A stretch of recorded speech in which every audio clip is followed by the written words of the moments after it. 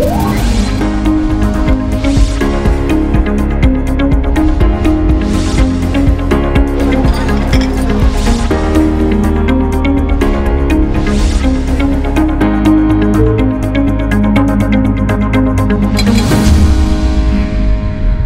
saja untuk pria, tapi juga untuk wanita tentunya. Dan masalahnya bukan cuma bau ya, Dokter Sheila ya.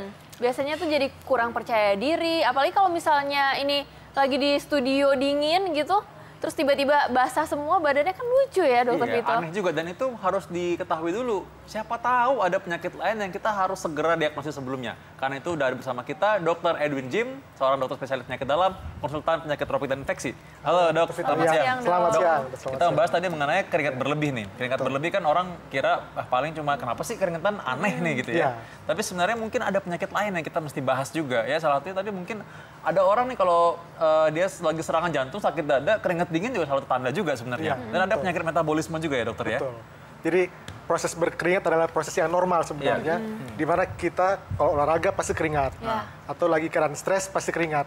Namun menjadi masalah kalau tidak ada aktivitas fisik, tidak stres tapi berkeringat. Dan itu yang berlebihan jumlahnya, sehingga itu akan jadi masalah. Nah ini banyak juga dok yang misalnya lagi makan tuh suka keringetan. Itu kalau kayak gitu gimana dok? Jadi keringat itu salah satunya disebabkan karena misalnya kita makan yang pedas atau makanan yang hangat atau panas, maka akan merasa. Itu normal dok? Ya, sebenarnya itu proses fisiologis normal. Katanya kalau tangan keringetan terus, kenapa tuh? Apa karena jantung? Nah itu nanti kita akan bahas ya. Nah ini ada mitos atau fakta nih dok yang beredar di masyarakat. Yang pertama, keringat berlebih ini tanda gagal jantung. Jadi ini adalah fakta. Fakta. Dimana kalau orang gagal jantung pada tahap yang akhir, dimana akan sangat susah untuk bernafas, maka tubuh akan respirasi atau bernafas akan jadi cepat. Dan maka akan juga merangsang sistem saraf simpatis, sehingga akan tubuh berkeringat lebih banyak lagi. Tapi nggak semua yang keringetan berlebih itu berarti sakit jantung kan dok? Tapi tidak semua, dalam artian gagal jantung yang akhir. Tahap akhir biasa akan sangat berkeringat. Salah satu ciri-cirinya, karena jantung lagi lemah dan dia berusaha untuk butuh tenaga ekstra lah yang jelas untuk dia bisa memenuhi kebutuhan oksigen dalam tubuh. Sehingga dia bekerja keras ketika sementara lagi istirahat juga, makanya akhirnya keringetan. Tapi kalau gagal jantung yang tahap awal, biasanya sih tidak hiperhidrosis, tidak keringat berlebihan. Nah berikutnya dok, keringat berlebih dapat timbul karena gangguan tiroid. Ini mitos atau fakta dok? Ini adalah fakta. Dalam artian terutama hipertiroid atau kelenjar hormon tiroidnya memproduksi hormon tiroid yang berlebihan. Sehingga akan merangsang keringat berlebihan. Tapi harus diingat bahwa hipertiroid ada gejala lain selain keringat berlebihan.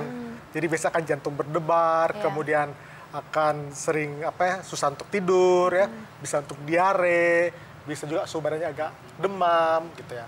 Dan kalau yang kelebihan juga sampai berat badannya turun jauh.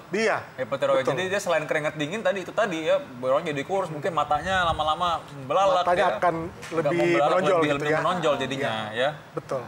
Gimana dengan diabetes dok? Jadi banyak nih masyarakat yang menganggap kalau keringat berlebih ini juga pertanda dari penyakit diabetes. Itu mitos atau fakta dok? Jadi kalau dilihat bahwa keringat berlebihan itu banyak penyebabnya. Diabetes itu juga fakta bahwa diabetes bisa menyebabkan keringat berlebihan. Diabetes yang bagaimana?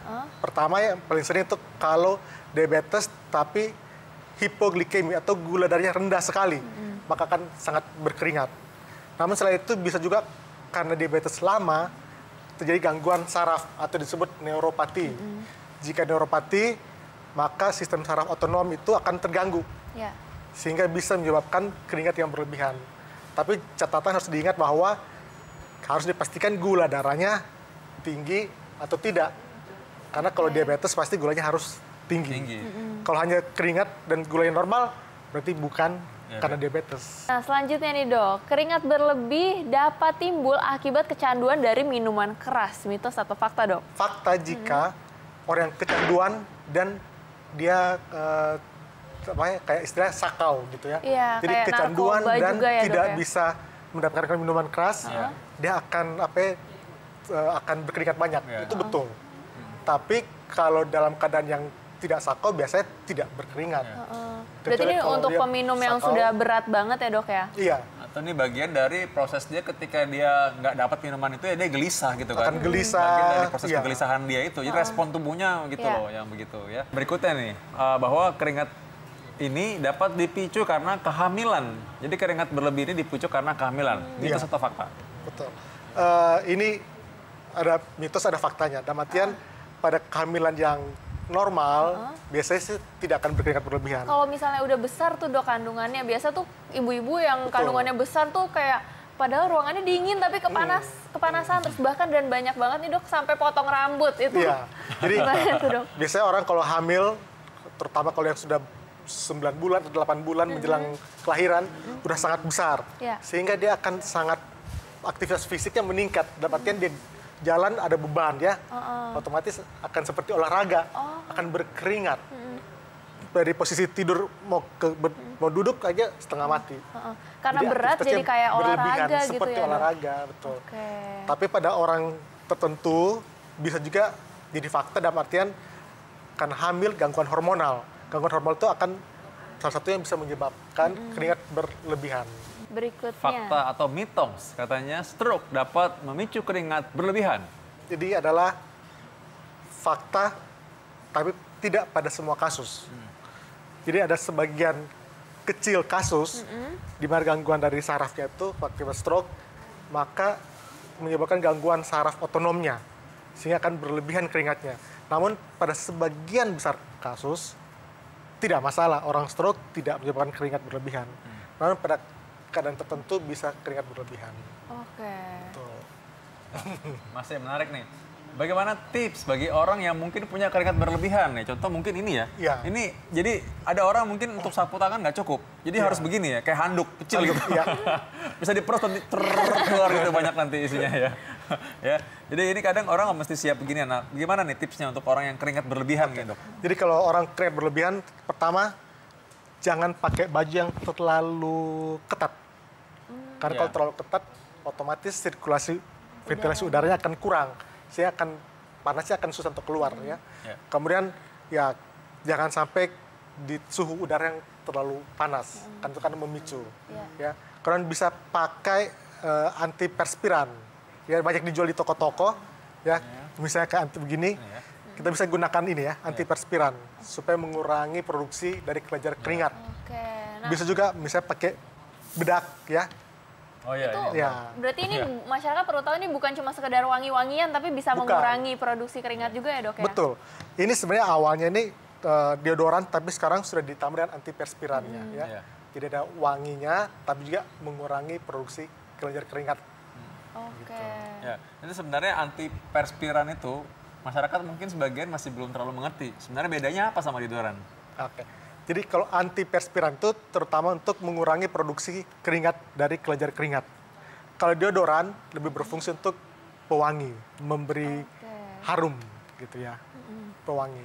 Nah, Kalau ini dok, kalau misalnya bedak, itu bedak yang seperti apa sih yang baik digunakan dan seberapa banyak tuh? Ada juga yang kalau zaman dulu tuh dibilangnya burket gitu kan. jadi kayak bubur ya. Sebenarnya sih kalau keringat secara langsung untuk menghambat di kelenjar keringat sebenarnya sih enggak. Cuma kalau bedak biasanya tuh kalau keringat kan basah. Kita kasih bedak sehingga akan kering, Iya. menjadi kering. Ya. Tapi dia tidak mengurangi produksi dari kelenjar. Jadi makanya jadi keringatnya. bubur tadi itu. Iya. Burket Jadi tadi. bubur ya dok ya. Jadi kalau produksi tetap banyak dikasih bedak, ya Jadi keringat berlebih ini katanya kan bisa akibat dari infeksi dari tubuh katanya gitu. Nah, Kita betul harus luruskan nih. Bagaimana nih sebenarnya? Oke, jadi salah satu akibat dari infeksi salah satunya bisa menyebabkan kelenjar keringat yang berlebihan. Misalnya kalau kita infeksi tuberkulosis, ya infeksi paru, akan kelenjar keringat banyak, keringat berlebihan. Bisa juga infeksi parotis, Parotitis ya. parotitis ya. Ya. Kelenjar liur misalnya. Kelenjar liur akan juga keringat ya. Kita infeksi, semua infeksi, misalnya malaria, kita akan keringat banyak. Setelah demam tinggi, tubuh akan menjadi normal, biasa akan keringat. Sebenarnya keringat ini tujuannya apa? Untuk mendinginkan tubuh, untuk mengurangi panas dari tubuh. Jadi mitos Jadi atau ini fakta? mitos atau Itu adalah fakta. Fakta.